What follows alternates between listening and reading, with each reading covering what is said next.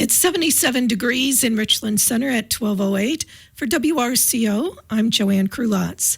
The Harris Walls ticket continues to campaign throughout Wisconsin. Lisa Hale reports.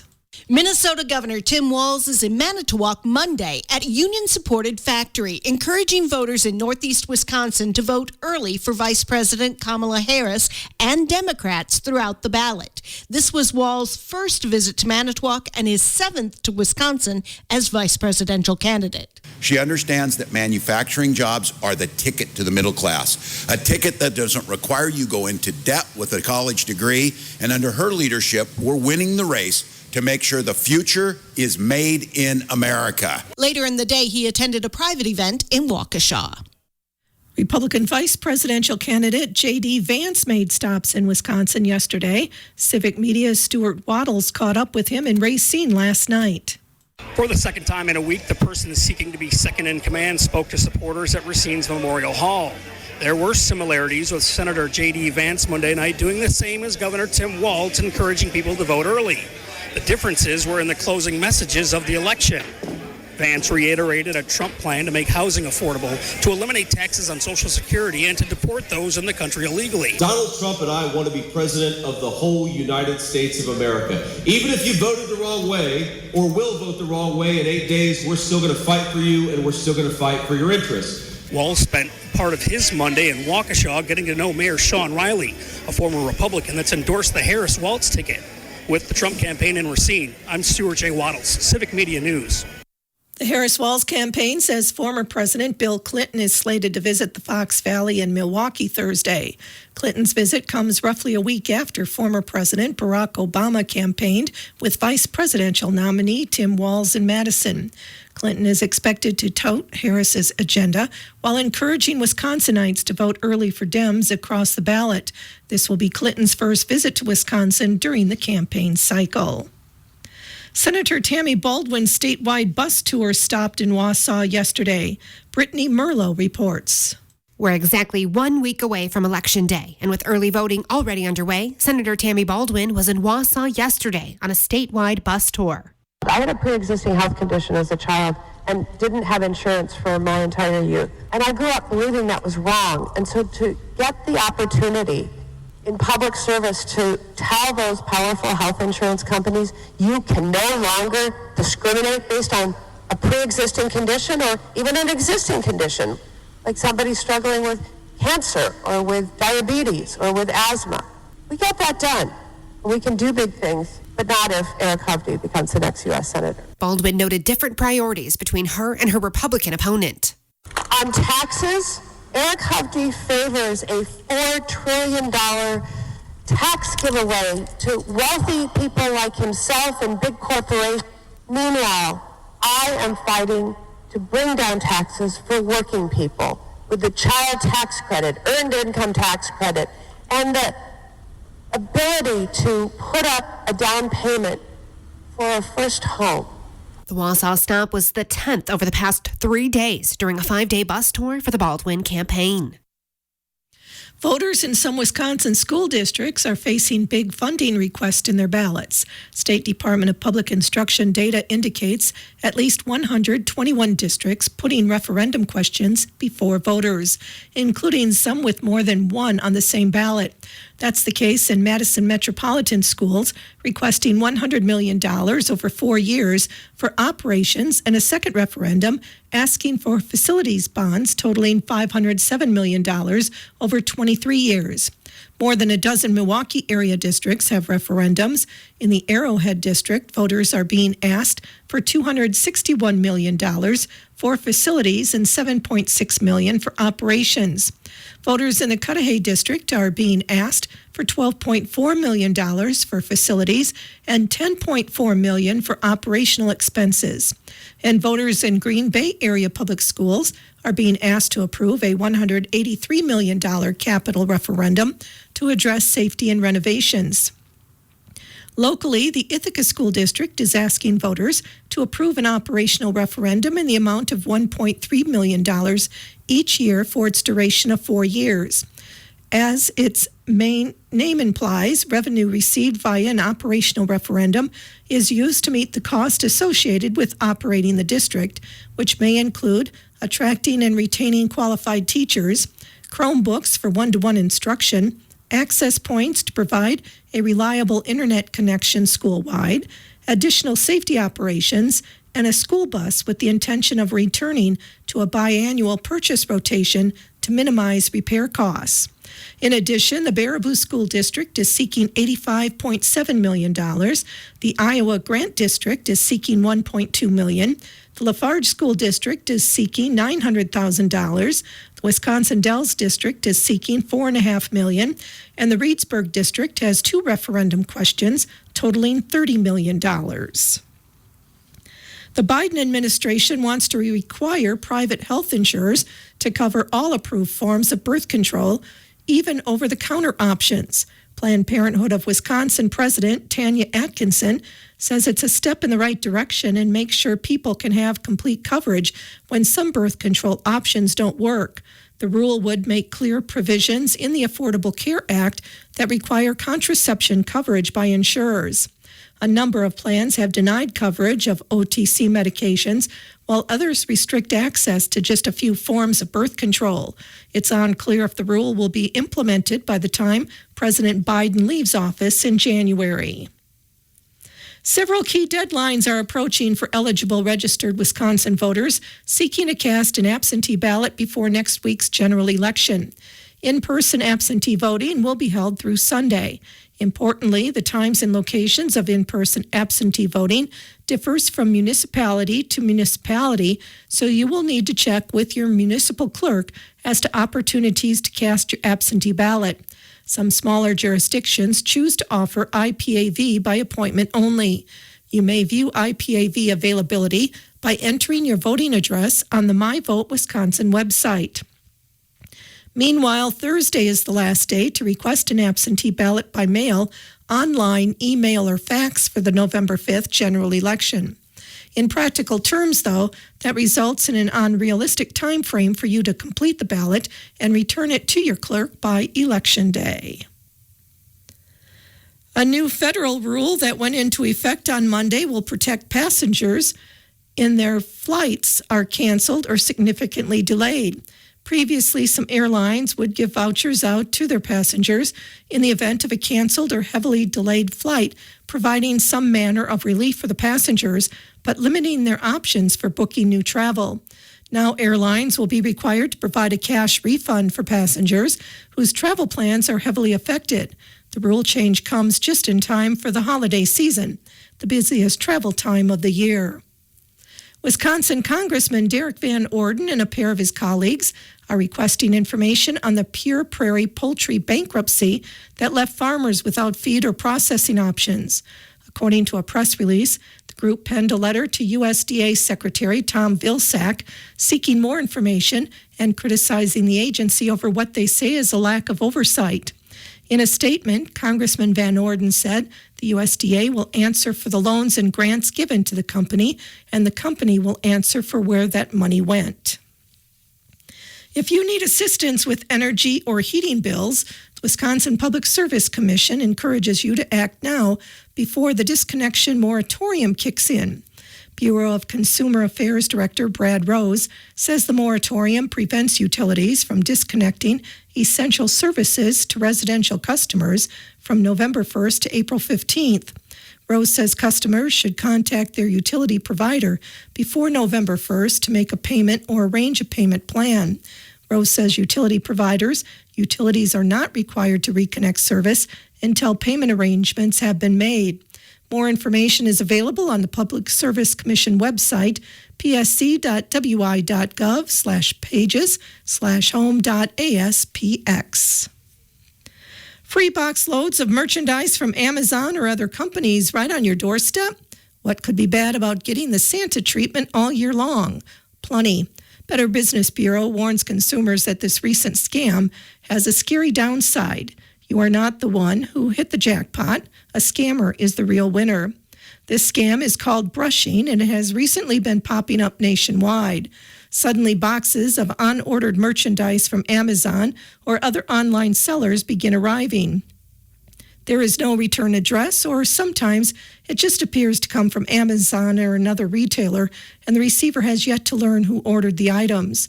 The items are varied.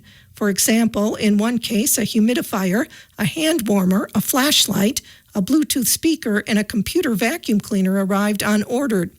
Often the items received are lightweight and inexpensive to ship, such as ping pong balls, face masks, or seeds from China. Why would such merchandise be sent to you if you didn't request it? The companies, usually foreign third-party sellers that are sending the items, are simply using your address that they discovered online. They intend to make it appear that you wrote a glowing online review of their merchandise and that you are a verified buyer of that merchandise. They then post a fake positive review to improve their product's ratings, which means more sales. The payoff is highly profitable from their perspective. Why it's bad news for you? The fact that someone could have the items sent to you as if you purchased them indicates that they have some of your personal information, such as your name, address, and possibly phone number. Once the information is online, it could be used for numerous crooked enterprises. The fake online review angle is only one way they benefit. By using the brushing scam, they also are increasing their sales numbers. After all, they aren't purchasing the item since the payment goes right back to them. Increased sales numbers, even though padded with fake purchases, look good for the company and help lead to more sales. Then there is the porch pirate angle. There are instances where thieves use other people's mailing addresses and accounts, then watch for the delivery of the package so they can steal it from the door before the resident gets in. Brushing and fake reviews are against Amazon's policies, so contact Amazon customer service if this happens to you and the product appears to come from Amazon. They will investigate and take action against the bad actor. Amazon also takes security seriously and encourages customers to report fraudulent purchases or other security issues. If the package appears to come through another established business, go directly to their website to get their contact information. If you prefer to contact the business by phone, be cautious about searching for support phone numbers. If you can identify the sender of unordered packages, consider checking for potential false reviews in your name and ask for the reviews to be removed. Check your account for recent orders. Some targets of brushing scams can be deluged with unordered packages, creating a serious problem. If this happens, consider whether to refuse package delivery at your home address and temporarily direct items that you did order to a package acceptance service. Change your account passwords. This may be a sign that personal information has been compromised, and to improve account security, keep a close eye on credit reports and credit card bills. You are allowed to keep the merchandise that is sent to you. The Federal Trade Commission says you have a legal right to keep unordered merchandise. The Richland Hospital and Clinics has received an American Heart Association Outpatient Program Achievement Award in recognition for its commitment to reducing the risk of heart disease and stroke by improving blood pressure management. The awards recognize a commitment to following the latest evidence and science-based care guidelines. Nearly half of all adults in the U.S. have some form of cardiovascular disease, including heart attack, stroke, or heart failure. High cholesterol, type 2 diabetes, and uncontrolled high blood pressure are leading risk factors for cardiovascular disease, but with timely diagnosis, research-based treatment, and education, these conditions can be managed. The Outpatient Achievement Award programs put the expertise of the American Heart Association to work for hospitals nationwide, helping ensure the care provided to patients is aligned with the latest evidence and research-based guidelines. As a participant in the Target BP program, TRHC was recognized after demonstrating how their organization has committed to improving risk factor management for patients. This year, TRHC received Target BP Silver recognition, jointly presented by the American Heart Association and the American Medical Association. Tonight, people from all over the world will talk about how they fought for democracy. It's on the UW-Madison campus, and it's hosted by the McCain Institute. Activists from Hong Kong, Sudan, Ukraine, and Zimbabwe will talk about how human rights and freedoms are under attack at home and what's on the line when authoritarian leaders are in charge. The discussion tonight is at 6:30 at UW-Madison's Fluno Center. Tomorrow they'll be on the campus of UW-Milwaukee. This Thursday is Halloween. As trick-or-treaters gear up for spooky Halloween, AAA is offering tips to keep everyone safe. On average, children are more than twice as likely to be hit by a car and killed on Halloween than on any other day of the year, according to Safe Kids Worldwide. AAA recommends these tips for drivers. Remain seated and buckled in the vehicle at all times, even when parked on the side of the road. Designate a navigator. If you need to check a map, take pictures, or do anything that will take your attention off the road, pull over or delegate those tasks to a passenger. If you are driving, focus on driving. Even going just a few miles over the speed limit in a residential neighborhood greatly increases the dangers for cyclists and pedestrians sharing the road.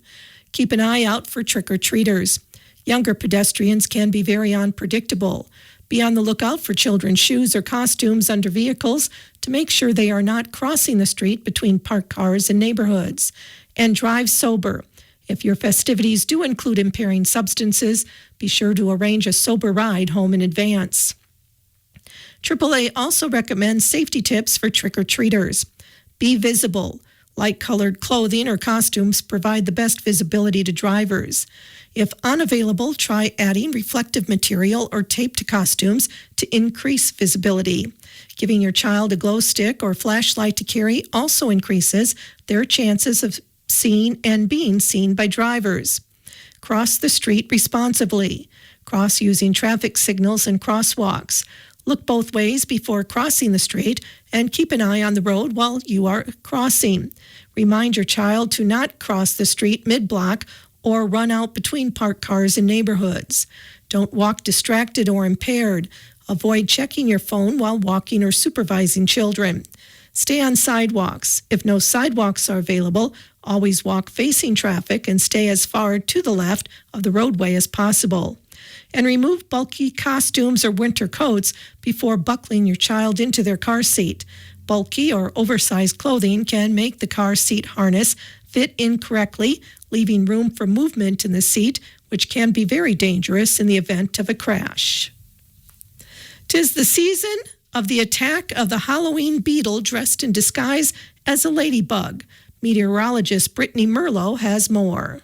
What you're seeing creeping inside of our homes is the Asian lady beetle, busy with their annual invasion in October. An invasive species first brought here in the 70s. They spend their summer dining on hundreds of soft insects or in corn and soybean crops until the harvest. Gathering in large clusters, clinging to brick, pavement, or windows, trying to absorb the heat. They have no known predator. While they're mostly harmless, Asian lady beetles do bite. It feels like a pinch and they can break the skin. They also live for 3 years and leave pheromones behind, marking their favorite place to return. This means you should wipe surfaces after you see them. They also have an unsettling defense mechanism called reflex bleeding. When they're threatened, they bleed from their joints and excrete a smelly substance that stains. You've probably been calling them ladybugs your entire life, but technically, that isn't correct. Native ladybugs are red with black spots. The multicolored Asian lady beetle can range in color from tan to yellow to orange to red and also has an M marking on its head. They can squeeze through any minuscule gap in your home's foundation, window frame, or roof eave. If you want to prevent them from getting inside, install screens, caulking, and weather stripping. Focus on the sunny southwest sides of your home because these areas tend to be more infested with them. For Civic Media, I'm meteorologist Brittany Merlau.